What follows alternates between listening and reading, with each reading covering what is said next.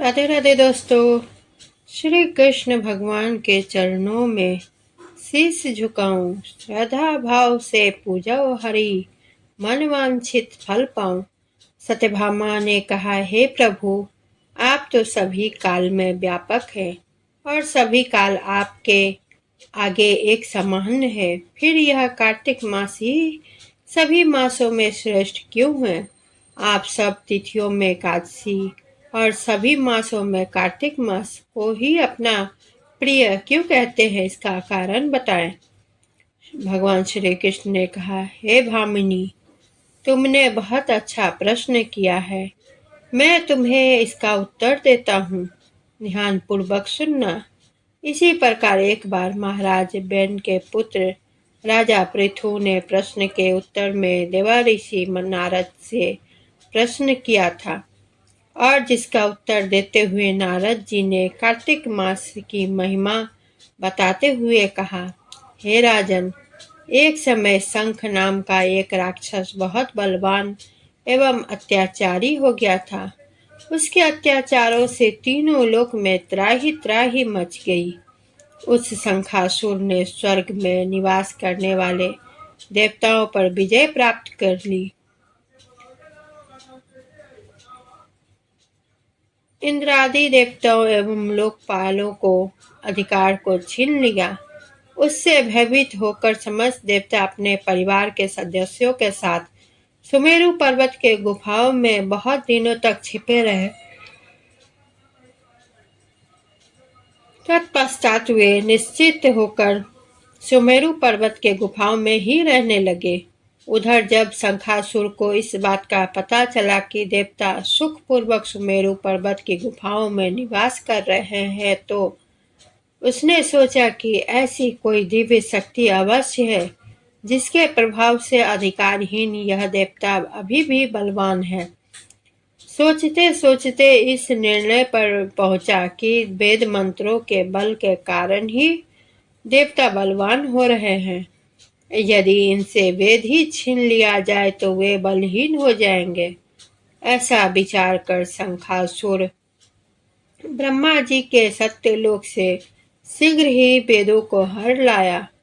उसके द्वारा ले जाए जाते हुए भय से उसके चंगुल से निकल भागे और जल में समा गए। शंखासुर ने वेद मंत्रों तथा बीज मंत्रों को ढूंढते हुए सागर में प्रवेश किया, परंतु न तो उसको वेद मंत्र मिले और न ही बीज मंत्र। जब शंखासुर सागर से निराश होकर वापस लौटे तो उस समय ब्रह्मा जी पूजा की सामग्री लेकर सभी देवताओं के साथ भगवान विष्णु की शरण में पहुंचे और भगवान को गहरी निद्रा से जगाने के लिए गाने बजाने लगे और धूप गंध आदि से बारंबार उनका पूजन करने लगे।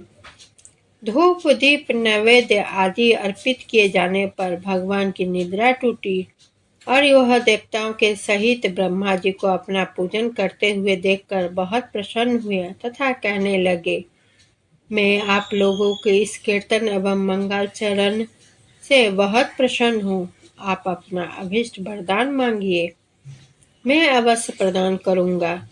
जो मनुष्य अश्विन शुक्ल पक्ष की एकादशी से देवोत्थानक एकादशी तक ब्रह्म मुहूर्त में उठकर मेरी पूजा करेंगे, उन्हें तुम्हारी ही भांति मेरे प्रसन्न होने के कारण सुख की प्राप्ति होगी। आप लोग जो पद्म अधरे आचमन और जल आदि सामग्री के लिए लाए हैं, वे अनंत गुणों वाली होकर आपका कल्याण करेगी। शंखासुर द्वारा हारे गए संपूर्ण वेद जल में स्थित है। मैं सागर पुत्र शंखासुर का वध करके उन वेदों को अभी लाए देता हूँ। आज से बीज मंत्र और वेदों सहित मैं प्रतिवर्ष कार्तिक मास में जल में विश्राम किया करूँगा। अब मैं मत्स्य का रूप धारण करके जल में जाता हूँ। तुम सब देवता मुनीश्वरों सहित मेरे साथ जल में आओ। इस कार्तिक मास में जो श्रेष्ठ मनुष्य प्रातः काल स्नान करते हैं, सब यज्ञ के अभिभिर्थु स्थान द्वारा भली भांति नहा लेते हैं।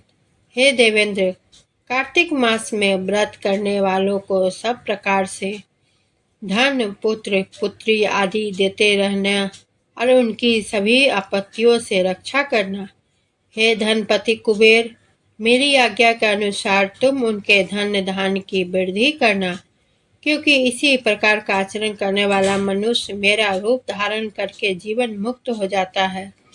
जो मनुष्य जन्म से लेकर मृत्यु पर्यंत विधि पूर्वक इस उत्तम व्रत को करता है, वह आप लोगों का भी पूजनीय है।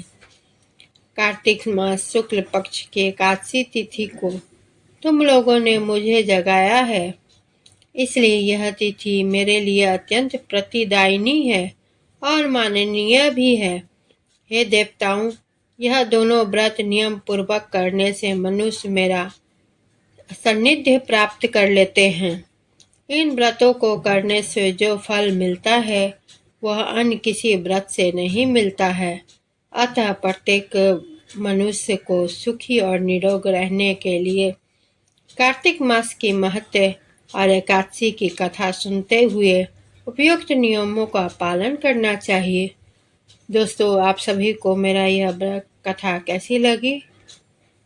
लाइक, शेयर, कमेंट जरूर करें और चैनल को सब्सक्राइब करें। बेल आइकन को दबाना बिल्कुल ना भूलें।